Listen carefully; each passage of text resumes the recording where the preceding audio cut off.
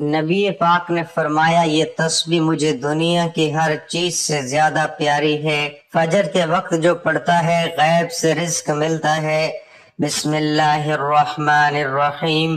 محترم ناظرین، یہ وظیفہ کرتے ہی اللہ پاک نے چاہا تو آپ کی جھولی میں اتنی دولت آئے گی، اتنا پیسہ آپ کو ملے گا کہ آپ کو سنبھالنا مشکل ہو جائے گا۔ پیسے کو سنبھال سکتے ہو تو ہی یہ وظیفہ پڑھ لینا، پیسہ آپ کو خود ڈھونڈتے ہوئے آئے گا۔ آپ اپنے ارد گرد کئی ایسے لوگ دیکھتے ہوں گے جو راتوں رات کروڑوں پتی اربوں پتی بن گئے، کل تک تو ان کے پاس کچھ نہ تھا۔ اگر آپ بھی راتوں رات کروڑوں میں اربوں میں کھیلنا چاہتے ہو، پیسوں کو فوری طور پر حاصل کرنا چاہتے ہو، تو اللہ الصمد کا وظیفہ آج جو اس ویڈیو میں آپ کو جس طریقے سے پڑھنے کے لیے بتانے لگا ہوں، اپنی زندگی میں ایک مرتبہ 30 سیکنڈ نکال کر یہ وظیفہ پڑھ لینا۔ 1 منٹ میں نہیں کہہ رہا، 30 سیکنڈ، آدھے منٹ کا یہ عمل آپ لوگ، کوئی بچہ بھی پڑھ لے، آدھے منٹ کے لیے آپ لوگ اگر وقت نکال سکتے ہو تو یہ تو کوئی وقت ہی نہیں ہے۔ آدھے منٹ تو کسی سے ہاتھ کے آگے بڑھاتے ہیں تو سلام کرنے کے لیے بھی آدھا منٹ نکل جاتا ہے، تو آدھے منٹ کا تو کوئی وقت ہی نہیں ہوتا۔ وہ آدھا منٹ نکال کے آپ کو یہ وظیفہ پڑھنا ہے۔ اگر میں آپ کو اس وظیفے کے فائدے گنوا دوں، اس عمل کے جس ترتیب سے آپ کو بتانے لگا ہوں، قرضوں میں اگر ڈوبے ہوئے ہو، قرضے فوری طور پر ادا ہو جائیں گے۔ اگر آپ اپنا ذاتی مکان چاہتے ہو، آپ کو اپنا ذاتی مکان مل جائے گا، تو یہ وظیفہ پڑھ لو۔ گھر میں جھگڑے ہیں، مفلسی ہے، لاچاری ہے، بے روزگاری ہے، تو بھی یہ وظیفہ آپ لوگ فوراً پڑھ لینا۔ جس طریقے سے یہ عمل بتانے لگا ہوں، اس عمل کو اسی طریقے سے کرنا، اپنی طرف سے تبدیلی مت کرنا۔ وظیفہ سمجھو، ایک ایک بات، ایک ایک لفظ سمجھو، کس طرح کون سا وظیفہ کس طریقے سے، کس ترتیب سے، کتنی تعداد میں پڑھنا ہے، کس جگہ پڑھنا ہے، کس وقت پڑھنا ہے، کس طریقے سے پڑھنا ہے، کس دن پڑھنا ہے۔ یہ چیزیں آپ لوگ سمجھتے نہیں ہو، جلدی سے آپ لوگ ویڈیو کاٹتے ہو، بس جلدی میں سمجھ لیا، بس میں پڑھ لوں گا۔ اس طرح نہیں ہوتا۔